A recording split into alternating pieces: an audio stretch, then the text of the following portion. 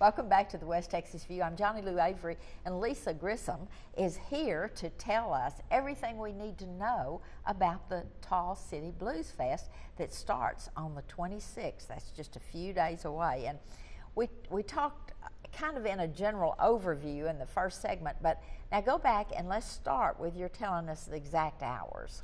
Right. It's a lot. It's easy to get lost in that, right?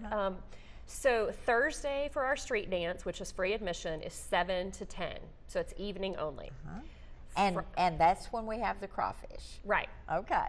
And then Friday, the 27th, our gates open at 4 p.m.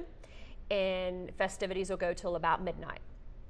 And Saturday, our gates open at 10 a.m. and they'll go till about midnight. So Saturday is all day. And we have live music inside and outside all day. And there's other festivities. We've got some art auctions and we've got some shopping inside the Midland Center, things along those lines. So there's some other ancillary type of activities. And then of course we need to talk about the educational clinics. But let me finish my thought on the times. So then Sunday, everything is inside. Sunday is free admission and it is 10 to 1 for the Gospel Brunch and Blues Jam. And I guess we should probably talk about ticket prices for Friday, Saturday. Yes. So Friday day pass is $20. A Saturday day pass is $30. And if you want to do a weekend pass, it's $40. So you can really save $10 by going ahead and doing a weekend pass. And you can buy those tickets online or they're on sale at all 3 locations for the Jack's Convenience Stores in Midland, Endless Horizons in Odessa, Sealy Flats and Blues Inn in San Angelo, and the Big Apple Deli in Snyder is where our ticket outlets are. All right. And one of the things that we need to say is on Saturday, when it's an all-day thing, you're going to have food booths and lots of things, so they don't ever have to leave. Well, they don't have to leave, and a lot of the diehards won't. But, I mean, the fact of the matter is, in West Texas at the end of July, it's hot.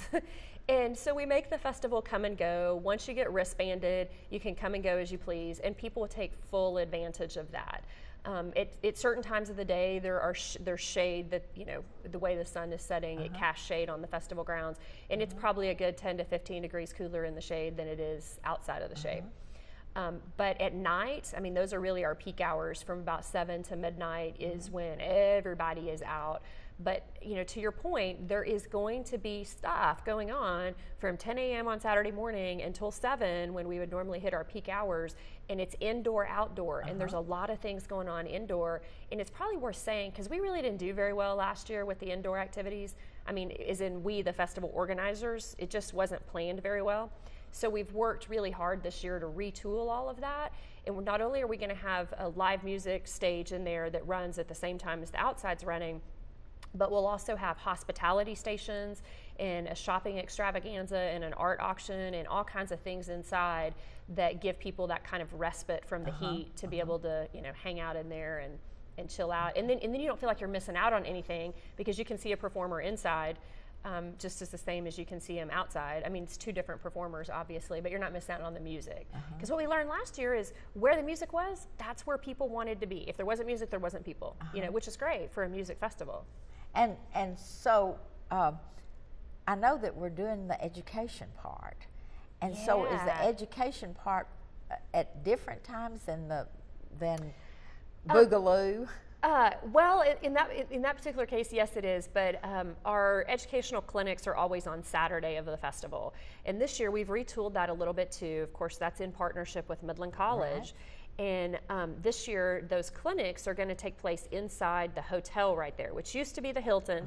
Now it's rebranded the DoubleTree, so it's right there on the festival grounds, but it's neutral ground. It's not fenced in. And so we're going to have the clinics inside meeting rooms there in the hotel. That way people can attend the clinics without necessarily attending the festival. Last year it was kind of chaos because you had to have a festival pass to even attend a clinic. Yeah, so it was chaos. So we retooled all of that. So that's a lot smoother transition. And we might say that they get college credit. No, not really. I mean, it's through the continuing education program. Right. So it's really just something somebody does, you know, for fun or for, you know, for their own personal interest. Okay. Because we've got 9 different clinics we're doing this year, and 2 out of the 9 are offered twice. So there's 11 different opportunities on Saturday, and we have workshops that are running concurrently. So there's some that you can't do, because it may be going on at the same time as another one. But you have to make your reservation for those classes ahead of time, or can you just show up and say, I want to take that class? Yes and yes. Pre-registration is open right now through Midland College on their website, which is midland.edu, and then you can go to the continuing professional education. So I think the actual website is midland.edu/CPCE is where you would go if you wanted to register online, and then there's a number there that you can call and do it over the phone. So pre-registration for the clinics is $15. If you don't pre-register and you just walk up, the registration is $20 instead of $15, so it goes up a little bit. And walk-up registration is subject to availability, because we only have so much capacity for one class. So if it's full and you didn't pre-register, and last year the clinics were really popular, so I really think this year they'll sell out. And then of course all of those proceeds go to Midland College. 100% of the proceeds go to Midland College for kids' college scholarships. We give that to them for that purpose. And that addition was just another way that we collaborate and help everybody. Yeah. And broaden the interest. Yeah, I mean, Midland College is definitely a significant partner, and they've been, both a great educational partner and a promotional partner as well. And then we have another partner this year, which is Centers for Children and Families. They're our gate proceeds partner, and we're giving them 10% of our gate proceeds this year to go toward establishing a dedicated music therapy room for the kids over there. What a great thing that is. So we're excited about that partnership. And so, though, getting back to these classes, because these are for all ages.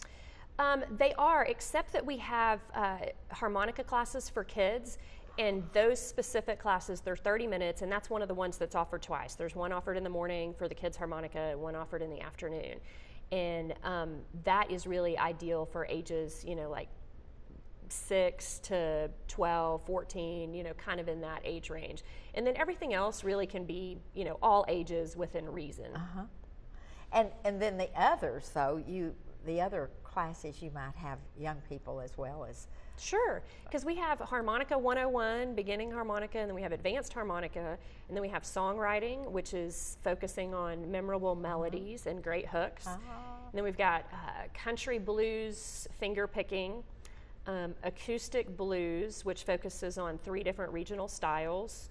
What else do we have? Bottleneck slide guitar. We have a bass clinic. Suffice to say that we've just got a lot of opportunities in the education department. We'll be back in just a minute and continue this conversation.